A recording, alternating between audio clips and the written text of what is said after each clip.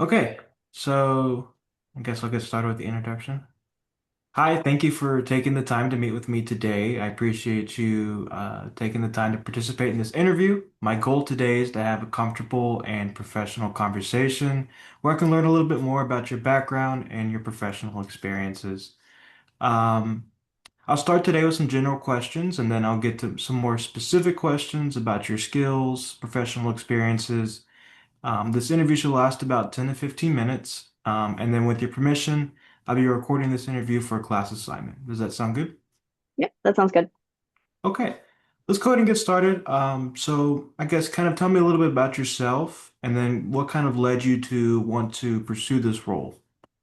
So I'm originally from Venezuela. I have worked corporate all my life. So the reason why I wanted to apply to this role is just to get a little bit more exposure and to just have a better career growth and something that will give me a little bit more of like a career path since it's very well outlined to like where it's just not this role, but also what might lead into the future. Yeah, that's really good. So what would you say motivates you to do your best while you're working in a professional setting? I am somebody that I would consider myself what is called a high performance. Okay. So when I do well, that's something that makes me feel accomplished.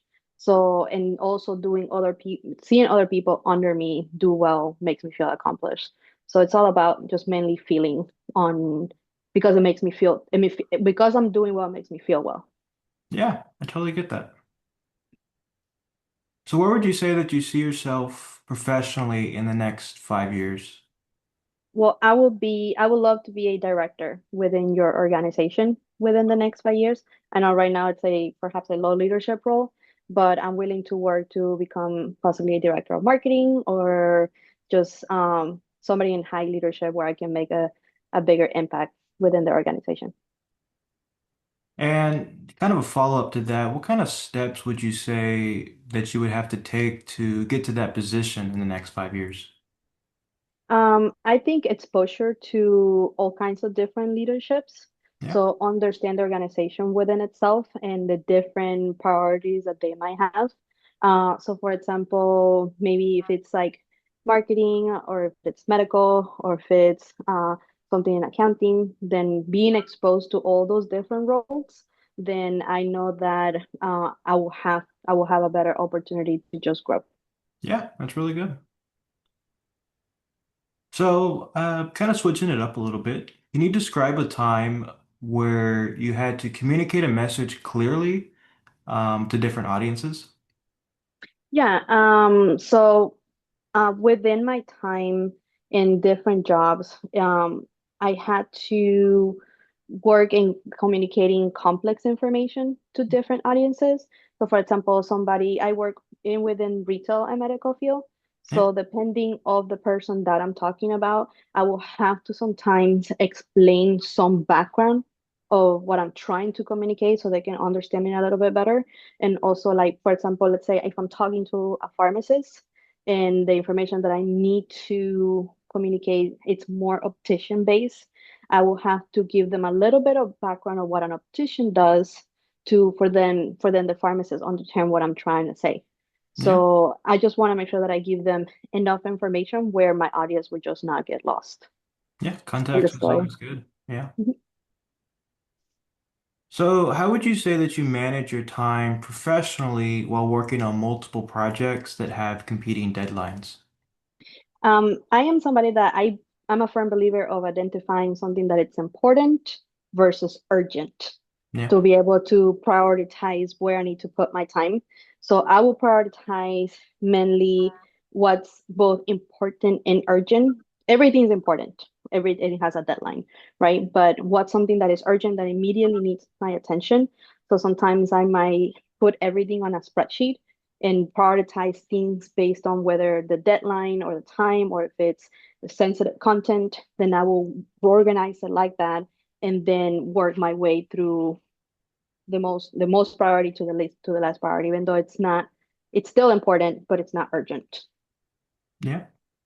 And what are some of the ways that you say, like, that you would, like, how would you classify the two different types of work based on what you just said? Tell me a little, so give me an example So of you what you mean. said like when something's like super urgent, or if you're listing it on a spreadsheet, what Mhm. kind of incentive, like what are some incentives that, make you want to do it in that way? hmm So, for example, one of the things that I do is I tend to split things where is it compliant and safe, right? So, for example, Yeah. anything that it's specifically on compliance, then or if it's specifically on safety, where like our company can potentially be at risk, those I have to take care of first, and then everything else will come second. That's really good. Yeah. So kind of similar, what are some strategies that you would say that you use to stay organized when handling ongoing tasks and responsibilities? So I'm a very big planner here. I always like to think about like what's next. Yeah. So like I said, I'm a very Excel spreadsheet person. So I try to forecast or what some projects might be coming up, or try to forecast or try to figure it out what is it that might be coming next, and try to get ahead of the game, to be able to identify what strategies do I want to work on, what do I want to prioritize based on something very similar, like what's compliance, what's safe, what needs my immediate attention, to just kind of organize things a little bit and just making sure that I stay on top of my of of what I need to do. Yeah, that's really good. So tell me about a time where you worked on a team to complete a project successfully. So last year I had a regional meeting where I had to collaborate with different parts of the business. Yeah. So I started with making sure that I reach out to my cross-functional teams Yeah. where I had to, for example, talk to merchandising, talk to legal, talk to compliance, talk to optometrist relationships to make sure that we all got together for this meeting, and figured out who was going to go first based on the information that we wanted to do. We also were doing this meeting in three different locations. So I had to figure it out, where was this going to be, how many people were going to be in it, and making sure that it was accessible for everybody. And then also like what is it that the team wanted to hear about first, or what it was most relevant to them, and then work my way to perhaps not so the not so important or not so relevant to the end, because I wanted them to have their attention the most really early in the morning Yeah. instead of like late in the afternoon. So, for example, we had the people with insurances and compliance in the morning, and the safety things in the morning, and the P&L reviews, and then everything else that was kind of like the fun things, the merchandisers, the relationships in the afternoon, and just making sure that like the market directors were there or regionals were there, and just collaborating, just a consistent collaboration to make sure that it stayed nice, clean, and organized. Yeah, that's really cool. So you've mentioned Excel a lot. Are there any other tools that you're really familiar with that kind of help you to boost your work and your performance? Yeah, so like Excel is my favorite because the ones that helps me keep the most organized.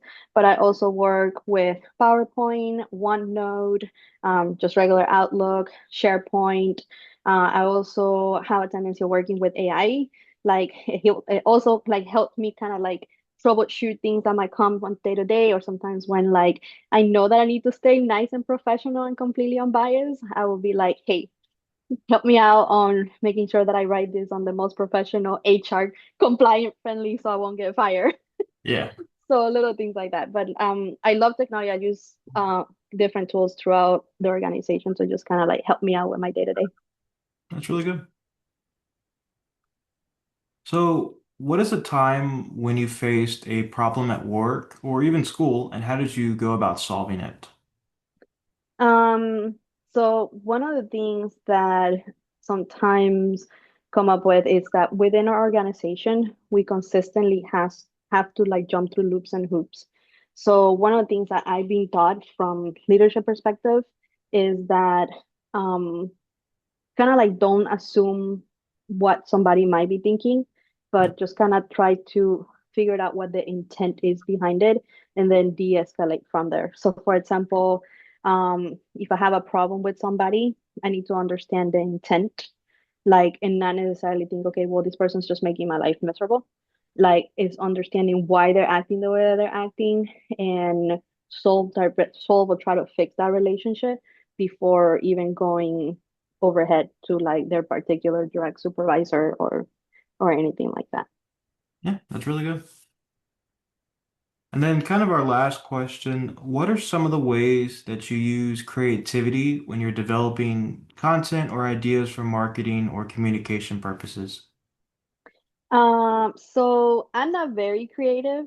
I try to collaborate a lot on that because I don't particularly find myself creative. So I'm mostly the person behind the cameras, like where I will try to get a lot of ideas and then bounce those off of within the team and just figure it out like the best solution. So um also I try to stay current with whatever it might be trending, whether that is music, content, or in even news. I don't know if you notice, like sometimes it's like, we're going through this storm and whatnot, and Yeah, all of the content out there, it's all about the weather and people making fun of like, oh, we're freezing or the trees exploding. So I'm just kind of staying in just in those current events yeah, to help with that creativity.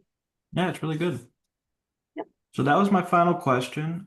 Just to kind of summarize things up today, we've discussed your background, career goals, the ways in which you approach things like communication, time management, organization, teamwork, problem solving, and creativity.